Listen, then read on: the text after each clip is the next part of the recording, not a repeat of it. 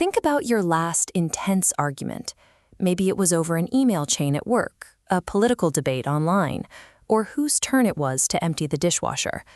In the heat of the moment, the need to prove the other side wrong feels like a life or death struggle.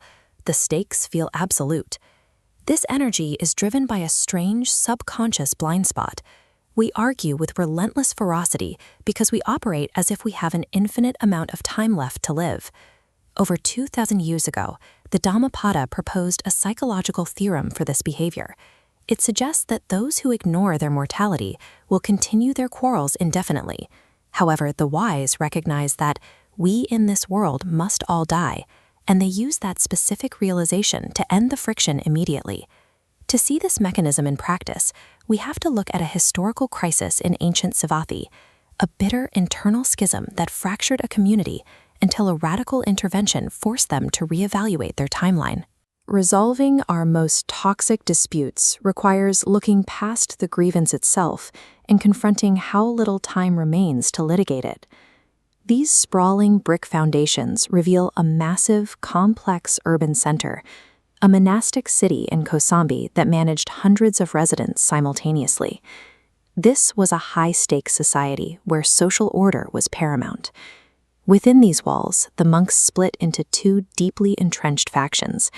One group aligned themselves strictly with the master of the Vinaya, the monastic code, while the other side fiercely backed the teacher of the Dhamma, the broader philosophy. The hostility grew so severe that the monks eventually ignored the direct orders of the Buddha himself. Even the highest authority figure in their lives could not convince them to stand down. Faced with this total disobedience, the Buddha withdrew. He stopped mediating, left the monastery, and walked alone into the Pali-Layaka forest to spend the entire rainy season in silence.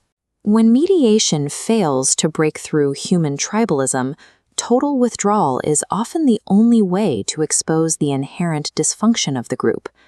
Once the Buddha was gone, the local lay disciples organized an economic boycott. They refused to provide food or offerings to the monks left behind in the monastery. Starvation eventually forced a temporary truce. The monks apologized to save their bodies, even while their minds remained as divided as ever. When the rains ended, the monks traveled to the Jetavana monastery and fell at the Buddha's feet in true repentance, finally ready to listen. Instead of debating the rules of their original argument, the Buddha delivered a blunt existential reality check.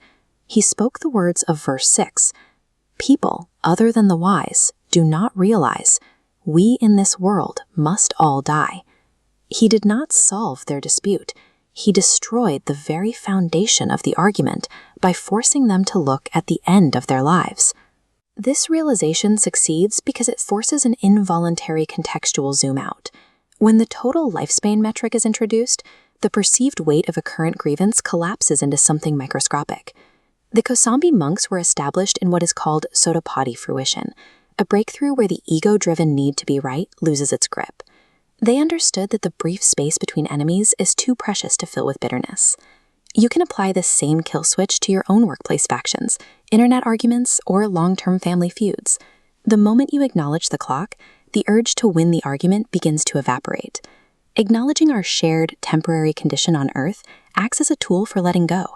It shifts the focus from the friction of the present to the peace that comes when we stop pretending we have forever to settle the score.